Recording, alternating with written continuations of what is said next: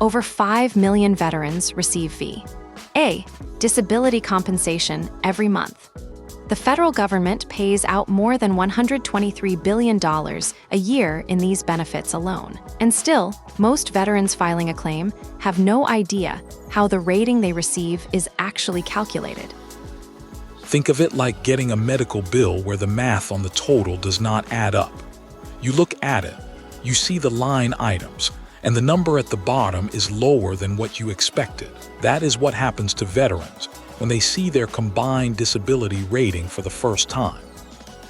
Wait, so you are telling me that if a veteran has a 50% rating and a 30% rating, the combined number is not 80%? Because that is what I would assume. I think that is what everyone would assume. That is VA, Benefits 1.4. Today we are covering VA, Disability Compensation, the single most claimed benefit in the VA system. How ratings actually work, how to file, and what happens at the exam that determines your number. And from a practical standpoint, the difference between understanding this process and not understanding it can be hundreds of dollars a month for the rest of your life. This is not abstract, this is your household budget.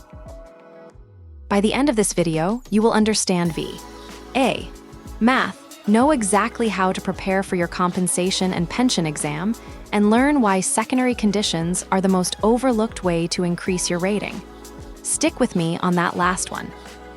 Let me introduce the team real quick. Hey, I'm Michael. Honestly, I am hyped for this one. Emma here, I stayed up way too late researching this. Worth it. Hey, I'm Onyx. This is right in my wheelhouse. Let us go. All right, let us jump in. Before we get into the complicated stuff, I want to make sure I understand the basics. What exactly is VA disability compensation? Is it the same as VA pension? Because I have heard people mix those up. Great question. Disability compensation is a tax-free monthly payment from the VA to veterans with injuries or conditions connected to their military service. It is authorized under 38 U.S.C. Sections 1110 and 1131. VA pension is different. Pension is for wartime veterans with limited income who are not necessarily service-connected disabled. Disability compensation does not have an income limit. Think of it like two different insurance policies. Disability compensation is the one that says if you got hurt on the job, you get paid for as long as that injury affects you. No income test, no asset limit. The injury is the qualifying event. Here is what the actual money looks like in 2026. These rates went up 2.8% with the latest cost of living adjustment, effective December 1st, 2025. At 10%, you receive $180.42 per month. At 50%, it jumps to $1,132.90. At 100%, you are looking at $3,938.58 every month, tax-free. Tax-free, that is a big deal. So a veteran at 100% is receiving almost $4,000 a month, and none of it counts as taxable income. Correct. And veterans rated 30% or higher also receive additional compensation for dependents. Spouse, children, and dependent parents can all increase the monthly amount. All right, so now you know what the money looks like. Let us talk about how you actually get it, because the filing process has 3 distinct paths, and choosing the wrong one can cost you months of back pay. The first path is a direct service connection claim. You are saying this condition started during my military service or was caused by my military service. You need a current diagnosis, evidence of an in-service event, and a medical nexus connecting the two. Think of the nexus like a bridge. You have the injury on one side, you have your service on the other side, and the medical opinion is the bridge connecting them. Without that bridge, the VA has no path to approve the claim. The second path is a secondary service connection claim. This is where a condition you already have a rating for caused or aggravated a new condition. For example, a service-connected knee injury that changes your gait and causes hip pain.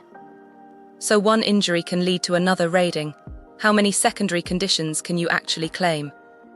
There is no limit, and this is one of the most underused strategies in the V. A. System.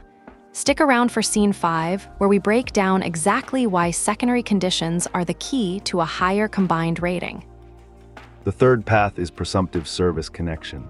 The VA has already determined that certain conditions are connected to specific types of service. If you served in the qualifying location and time frame, you do not need to prove the nexus yourself.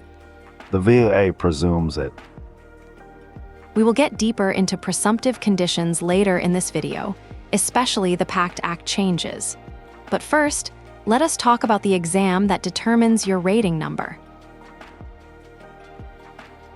This next part is where claims are won or lost, and I am not exaggerating. The Compensation and Pension Exam, or C&P Exam, is the single most important appointment in the entire disability claim process. After you file your claim, the VA may schedule you for a C&P exam. It is conducted by a VA doctor or a contracted examiner. They review your medical records, perform an examination, and fill out a disability benefits questionnaire, called a DBQ, for each condition you are claiming. So this is not your regular doctor. This is someone you have probably never met before, looking at your records for the first time and deciding how disabled you are in one appointment. That is exactly what it is. And the examiner's report goes straight to the rating official who assigns your percentage. Here's how you prepare, and this is critical. First, bring copies of all your medical records and any buddy statements. Second, do not minimize your symptoms. Describe your worst days, not your best days. Third, be specific. Do not say my knee hurts sometimes. Say my knee locks up 3 to 4 times per week. I cannot climb stairs without pain, and I have fallen twice in the last 6 months. Onyx is right.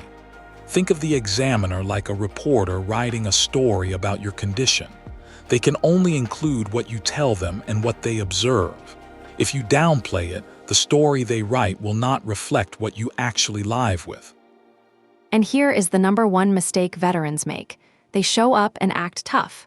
Military culture teaches you to push through pain. That instinct will cost you at a C&P exam. Be honest about how the condition actually affects your daily life. The examiner is not judging your toughness. They are documenting your limitations. Okay, this is the part I have been waiting for because it genuinely confuses me. Erica, you said 50 plus 30 does not equal 80 in VA math, so what does it equal? In VA math, 50% plus 30% equals 65%, which the VA rounds to 70. Here is why. The VA uses what is called the whole person theory, codified in 38 CFR section 4.25. Picture it like this. You start as a whole person, 100% healthy. Your first rating of 50% takes away half. You are now 50% whole. The second rating of 30% does not take 30 from 100. It takes 30% of the 50 you have left. 30% of 50 is 15. So you have lost 65 total. So each new rating is applied to whatever healthy percentage is left, not to the original 100. Exactly, and the VA rounds the final number to the nearest 10. So 65 becomes 70. That means your combined rating is 70%, not 80. The difference between 70 and 80% is almost $300 a month. That gap is why understanding this math matters. This is why secondary conditions matter so much. Every additional rated condition pushes your combined number higher. A veteran with 3 or 4 secondary conditions can reach the same combined rating as someone with 1 high primary rating. Common secondary conditions include sleep apnea secondary to post-traumatic stress, radiculopathy secondary to back injuries, and depression secondary to chronic pain. If you have a rated condition causing other health problems, those may qualify. If you take one thing from this entire video, let it be this. Review every health issue you have and ask whether a service-connected condition caused it or made it worse. Let us cover 3 things that every veteran filing a claim needs to know about. First up, presumptive conditions. If you served in certain locations during certain time periods, the VA does not make you prove the connection. They presume it. The biggest expansion came from the PACT Act, signed August 10, 2022. It added over 330 specific conditions across 23 categories for veterans exposed to burn pits, Agent Orange, and other toxic substances. Think of presumptive conditions as a fast lane. Normally, you need the diagnosis, the event, and the nexus. With presumptive, the VA already built the bridge for you. You just need the diagnosis and proof you were there. Now, if your claim gets denied, or you receive a lower rating than expected, you have 3 appeal options under the Appeals Modernization Act. Which one should you pick? Because 3 options sounds like 3 chances to get confused. Supplemental claim if you have new evidence. Higher level review if you think the VA made an error with the existing evidence. Board of Veterans Appeals if you want a judge to hear your case. Most veterans start with an HLR, which averages 3 to 6 months to process. Last thing, TDIU, total disability individual unemployability. If your service-connected conditions prevent you from holding substantially gainful employment, you can be paid at the 100% rate, even if your combined rating is lower. To qualify for Scheduler TDIU under 38C, FR 4.16, you need one condition rated at 60% or higher, or a combined rating of 70% with at least one condition at 40%. You file VA Form 218940. Let us bring this all together. We covered a lot of ground today, and the picture that emerges is this.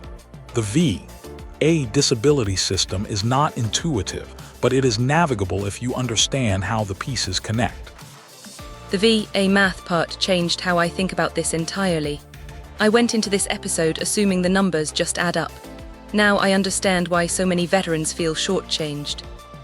It is not that the VA is cheating them. It is that nobody explained how the formula works. Here's your action plan. Step 1, gather your service treatment records and any private medical records showing current diagnosis. Step 2, identify whether your claim is direct, secondary, or presumptive. Step 3, prepare for your C&P exam like it is the most important appointment of your life, because it is. Step 4, after your rating decision, review it carefully and explore secondary conditions. If you forget everything else from today, remember this. Your combined rating is not the sum of your individual ratings. Understand VA math, document everything, and never go to a C&P exam unprepared. Drop in the comments what part of the disability claim process confused you the most, or what secondary conditions you are considering filing for. And if you need help with any step, contact a Veterans Service Organization. The VFW, DAV, American Legion, and others offer free claims assistance. They do not charge a fee. Hit subscribe if this series is helping you claim every benefit you have earned. We are building the most complete VA benefits guide on YouTube, one episode at a time. All right, quiz time. Let's find out what stuck. Think through each question carefully before you answer. Quick ask before the quiz. Hit like if we earned it and subscribe if you want more. That is all we need. A veteran has 2 service-connected disabilities, one rated at 50% and another at 30%. Using VA combined ratings math, what is their combined disability rating?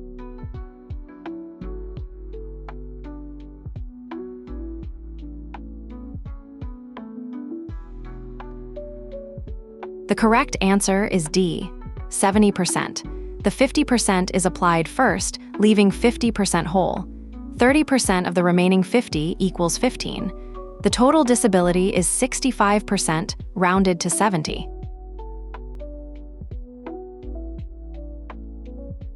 A veteran is preparing for their compensation and pension exam. Which of the following is the most important preparation step?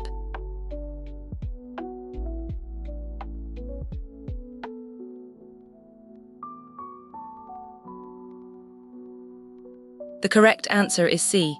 Describe symptoms based on their worst days and provide specific examples of how the condition affects daily activities.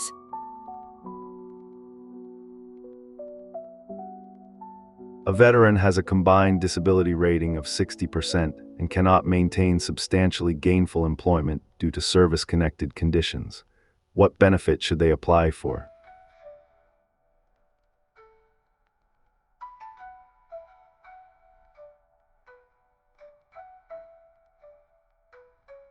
The correct answer is C, Total Disability Individual Unemployability, or TDIU, which pays at the 100% rate even though the combined rating is below 100%.